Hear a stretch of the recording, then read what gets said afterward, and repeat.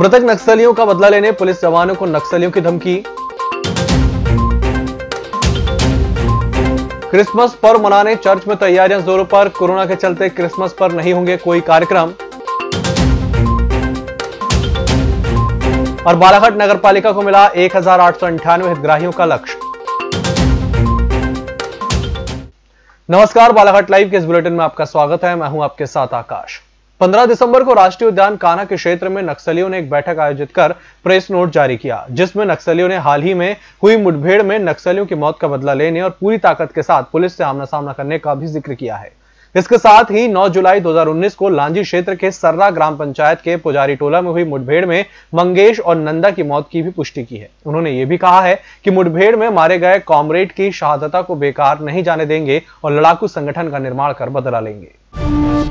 मसीह समुदाय का प्रमुख पर्व क्रिसमस को लेकर नगर के मेथोडिस्ट चर्च बूढ़ी में तैयारियां शुरू कर दी गई हैं। मसीह समुदाय द्वारा घरों में इस पर्व को मनाने के लिए सजावट और तैयारियां की जा रही हैं। क्रिसमस पर्व को लेकर काफी उत्साह देखा जा रहा है, लेकिन इस साल कोरोना संक्रमण के चलते मसीह समुदाय द्वारा मेथोडिस्ट चर्च और कैथोलिक चर्च में क्रिसमस पर्व प्रभु यीशु का जन्मदिन की आराधना कर सादगीपूर्ण माहौल में मनाने का निर्णय लिया गया है, जिसके चलते चर्च में 25 दिसंबर को सुबह 9:30 बजे से 12 बजे तक चर्च आराधना की जाएगी, जिसके बाद सभागृह को बंद कर दिया जाएगा।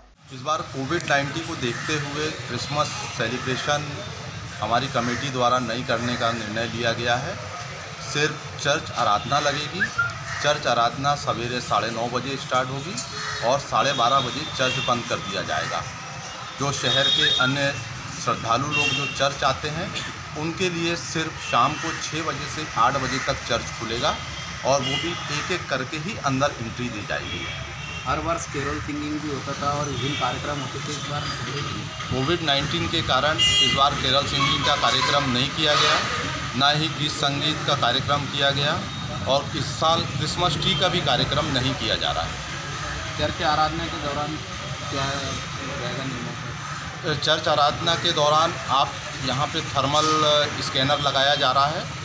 जो सही होगा, जिसका टेम्परेचर या जिसे सर्दी खांसी नहीं होगी, उसे ही चर्च के अंदर प्रवेश दिया जाएगा और चर्च के अंदर सिर्फ 50 लोगों को ही प्रवेश दिया जाएगा। मध्य प्रदेश शासन द्वारा कोरोना संक्रमण में लॉकडाउन से लोगों को कामकाज बंद होने और रोजगार प्रभावित होने से बेरोजगारों और पथ विक्रेताओं को रोजगार देने के लिए योजना प्रारंभ की गई है, जिसके तहत पथ विक्रेता स्ट्रीट वेंडर के लिए पीएम स्वनिधि योजना के तहत शासन द्वारा रोजगार के लिए 10,000 रुपए का लोन दिया जा रहा है। इस योजना के तहत बालाघाट नगरपालिका में करीब 2126 हितग्राहियों द्वारा आवेदन किया गया, जिसमें विभिन्न बैंकों द्वारा 743 हितग्राहियों का लोन स्वीकृत कर उन्हें लोन स्वीकृत कर दिया गया और करीब 300 प्रकरण बैंक में लंबित हैं। इसके अलावा अन्य हितग्राहियों के आवेदन बैंक द्वारा शासन के निर्धारित मापदंडों पर पात्र नहीं होने पर स्वीकृत नहीं किए गए हैं। तो हमारी जो नगरपालिका बालाघाट का लक्ष्य था 1896 हितग्राहियों का लक्ष्य हमारे पास। तो इसमें माननीय कलेक्टर महोदय ने भी ये आज हमारी सभी सीएमओ की बैठक ली है, STL बैठक में, तो उनके द्वारा निर्देशित भी किया गया है माननीय साहब के द्वारा कि इसके 1896 के विरुद्ध हम 25% और ज़्यादा हितग्राहियों को इसका लाभ दें, जिससे कि कोविड से जिन लोगों के रोज़गार बंद हैं, जो परेशान है, आर्थिक स्थिति कमज़ोर है, तो उनकी गाड़ी ट्रैक पर आ पाए। तो हमारा लक्ष्य 1896 था। इसके विरुद्ध हम अभी 743 लोगों को पीएम स्वनिधि के अंतर्गत 10,000 रुपये का वितरण उनके खातों में करवा चुके हैं और वो अपना व्यवसाय उन्होंने चालू भी कर दिया है। मैं स्वयं भी मिल के आया हूँ, तो इस बात से, इस चीज़ से, इस योजना से वो खुश हैं। तो हमारा जो लक्ष्य था 1896, उसके विरुद्ध हम 743 वितरित कर चुके हैं और शेष लगभग 300 प्रकरण हमारे बैंक में अभी पेंडिंग है, विभिन्न बैंकों में। तो मैं स्वयं भी बैंकों में अभी जा रहा हूँ उनके मैनेजर से मिलने के लिए, उनसे निवेदन करने के लिए कि हमारा शेष लक्ष्य पूर्ति करने में सहयोग करें। और साथ ही साथ मैं निवेदन करना चाहता हूँ नगरवासियों से कि जो भी पीएम स्ट्रीट वेंडर योजना का लाभ लेना चाहते हैं, जो उसकी पात्रता के अकॉर्डिंग नगरपालिका में आकर संपर्क करें। जो 9 टीमें बनाई गई हैं NULM के अंतर्गत, तो उनसे संपर्क करें, मुझसे संपर्क करें। उनको इस योजना के अंतर्गत 10,000 रुपये की राशि स्वीकृत करवाई जाएगी बैंक के माध्यम से। अपने तरफ कितने आए थे आवेदक? हमारे पास आवेदक अभी 2126 आवेदक आ चुके हैं, जिनमें से 743 को हम डिसबर्स कर चुके हैं, 300 हमारे बैंक में पेंडिंग है और बचे हुए लगभग 850 हितग्राही हमें और कवर करने हैं। और जैसा कि माननीय कलेक्टर महोदय के द्वारा आदेशित किया गया है कि 25% अधिग्राही और लाभान्वित इसमें किए जाए, ऐसा टारगेट हम लोगों ने और बढ़ाया है। यदि ये लोन चुका देते हैं तो इसके आगामी और इनके लिए क्या है? यदि हितग्राही इसमें लोन चुकाता है एक वर्ष के अंतर्गत लगभग 800 रुपये की लगभग इसमें प्रति माह किस्त रहेगी, 12 किस्तें रहेंगी। तो हितग्राही इसमें लोन चुकाता है, पूरी जो राशि जो मिली है 10,000 रुपये की, उस राशि को समय पर चुकाते हैं हितग्राही, तो उन्हें शासन के द्वारा अगली साल डबल राशि में लोन उनका मंजूर किया जाएगा या फिर उससे अधिक भी मंजूर किया जा सकता है।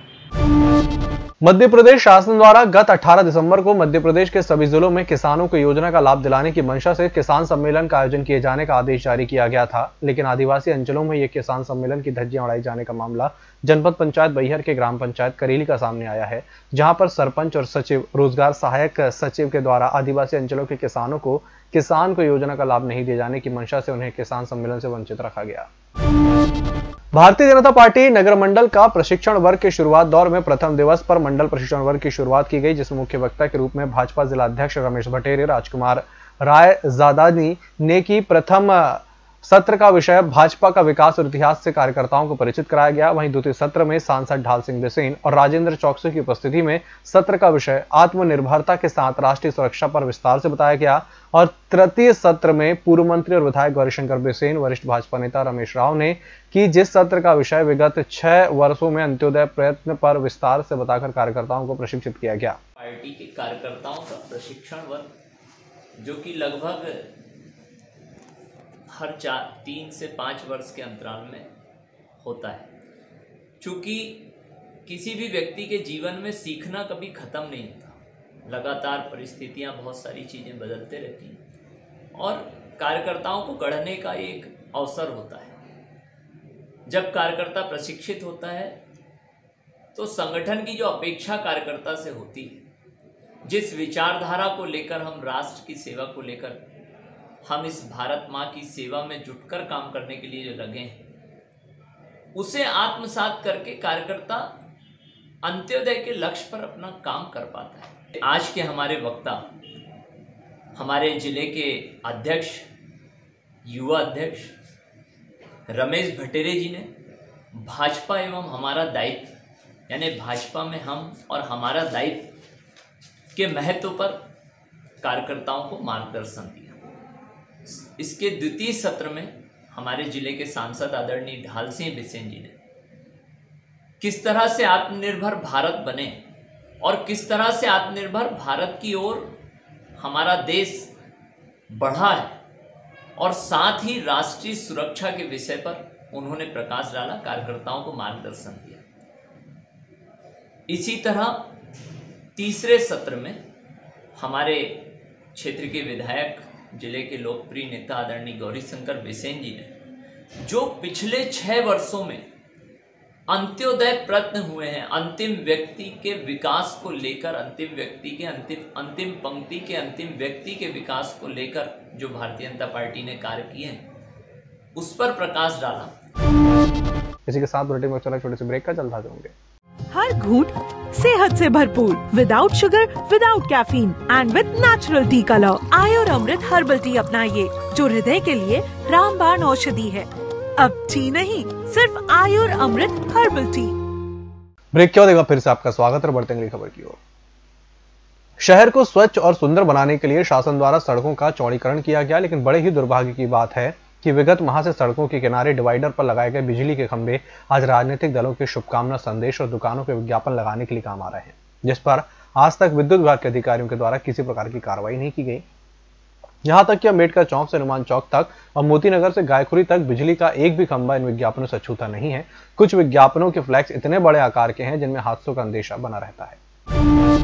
बैठक में कलेक्टर दीपक आर्य ने स्वास्थ्य विभाग के अधिकारियों को निर्देशित किया कि वे जिले के सभी पात्र लोगों के आयुष्मान कार्ड बनवाएं। लोक सेवा केंद्रों और ग्राम पंचायतों के माध्यम से शिविर लगाकर सभी पात्र लोगों के आयुष्मान कार्ड बनाने के लिए विशेष अभियान चलाएं। नगरीय क्षेत्रों में वार्डवार और श्रमिकों के आश्रय स्थलों पर शिविर लगाएं।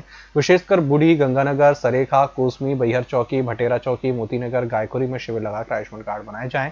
जिले की सभी आंगनबाड़ी कार्यकर्ता, सहायिकाओं और आशा कार्यकर्ताओं के भी आयुष्मान कार्ड बनाने के निर्देश दिए।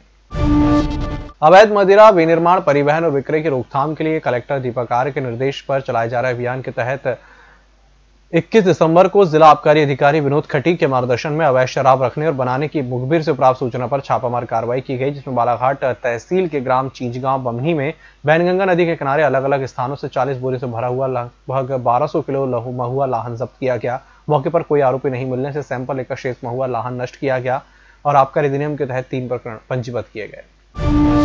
जिला परिवहन अधिकारी अनिमेश गढ़वाल ने 21 दिसंबर को कटंगी से नागपुर मार्ग पर चलने वाली यात्री बसों की आकस्मिक जांच की और बस संचालक को निर्देशित किया कि वे कोविड नियमों का पालन करते हुए बसों का संचालन करें।